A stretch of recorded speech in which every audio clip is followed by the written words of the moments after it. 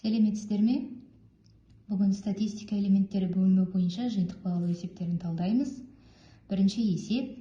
Кестеде мектептегі оқушылардың жастары туралы мәлімет берілген. Кестені пайдаланып, мәліметтерді гистограммамен беріңіз. Бала саны, жасы берілген. Мен тағы да өзім қолмен сызамын. Сіздер әдемілеп тұрып сызғыш қолданыңыздар. Енді қараңыздар, мына жерде 7, 9, 9, 11 аралықтары берілген. Мұнда 240, 272, 230, 280, 220, 60. Гистограмманы сызған кезде сізге ең бастысы бірлік кесіндіні алу. Так, менде ең үлкені 280-ге дейін барады екен, да? 272 бар, 60. Так, мен 60 деп алайын.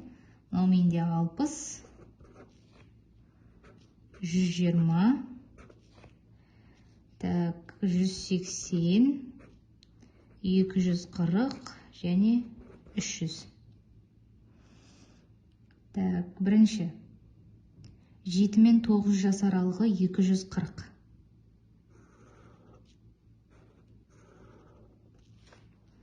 Жеті, 9.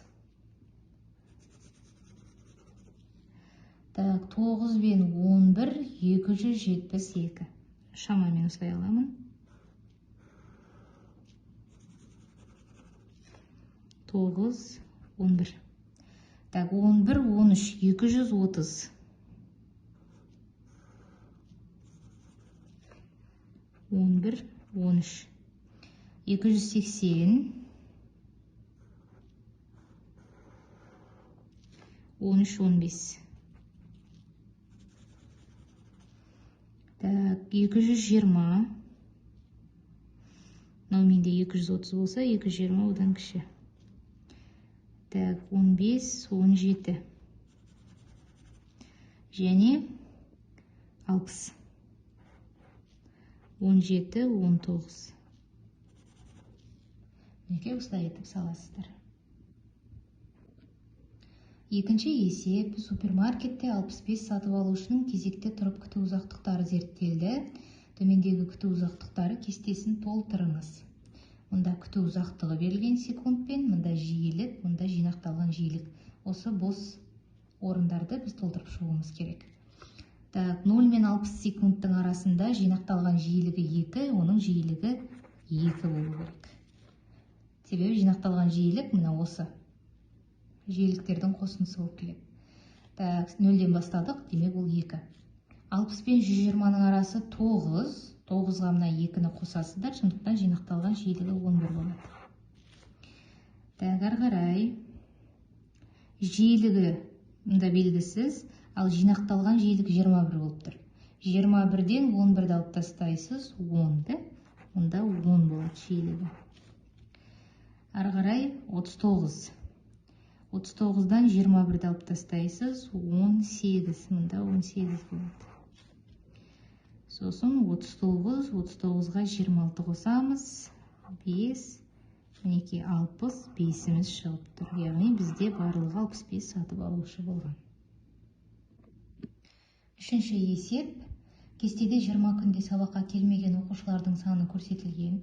Мінеке келмеген оқушылардың саны, күндердің саны. Егер стандартты ауытқуы 1,5-тен кіші болса, онда қалыпты жағдай болып саналады. Кестеде берілгендерді пайдаланып табыңыз. Дисперсиясын есептеуіміз керек. Стандартты ауытқуды есептеуіміз керек. Кестедегі берілген жағдай қалыпты бола ма? Так, мінеке оқушылардың саны 0, 1, 2, 3, 4, 5. Қанша оқушы қанша күн келмеген? 3 күн қалдырған оқушы жоқ. 5 күн қалдырған бір оқушы бар. 5 күн қалдырған 2 оқушы бар. 4 күн қалдырған 3 оқушы бар. 2 күн 4 оқушы келмей қалған. 1 күн сабаққа келмеген 5 оқушы бар екен. Так, бірінші бізге тауып алуымыз керек, ол арифметикалық ортасын. Арифметикалық орта, мынандай етіп белгілейміз.